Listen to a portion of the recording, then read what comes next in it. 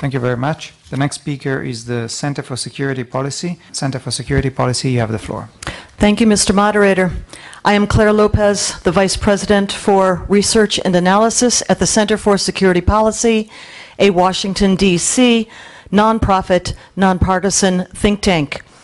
America's founding fathers understood that tyranny takes hold when men allow governments or religious systems to usurp the rights of the individual unto themselves. For this reason, they enshrined freedom of belief and conscience and speech in the First Amendment of our Constitution. These principles and these freedoms are Judeo-Christian based, first articulated among the brilliant thinkers of the Enlightenment in Europe, although their roots trace back to Athens and Rome and Jerusalem. They derive from the revolutionary idea that the individual is the key pillar of society, not the clan or tribe or a religious belief system. The individual human being is entitled to these rights and freedoms because the laws of nature, which are knowable through human reason, endow each and every person, men and women, equally with human dignity and the right to live and to believe freely.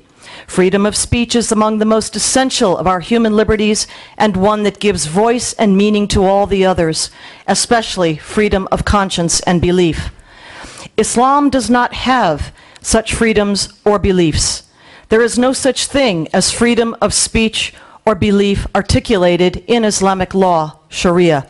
Instead, there is the law of slander, which defines slander as anything that a Muslim would dislike, including the truth. Slander can carry the death penalty under Sharia. Indeed, the Sirah and Hadiths tell us that some of the first assassinations ordered by Muhammad were precisely against poets for verses that he found insulting. Apostasy from Islam, likewise, is a capital crime punishable by death. I refer to the Council of Europe report from October 2016 on the compatibility of Sharia law with the European Convention on Human Rights. Can state parties to the convention be signatories of the Cairo Declaration? I suggest the answer is no. A government or system that defines itself as liberal, Western, and democratic does not impose restrictions on free speech or belief.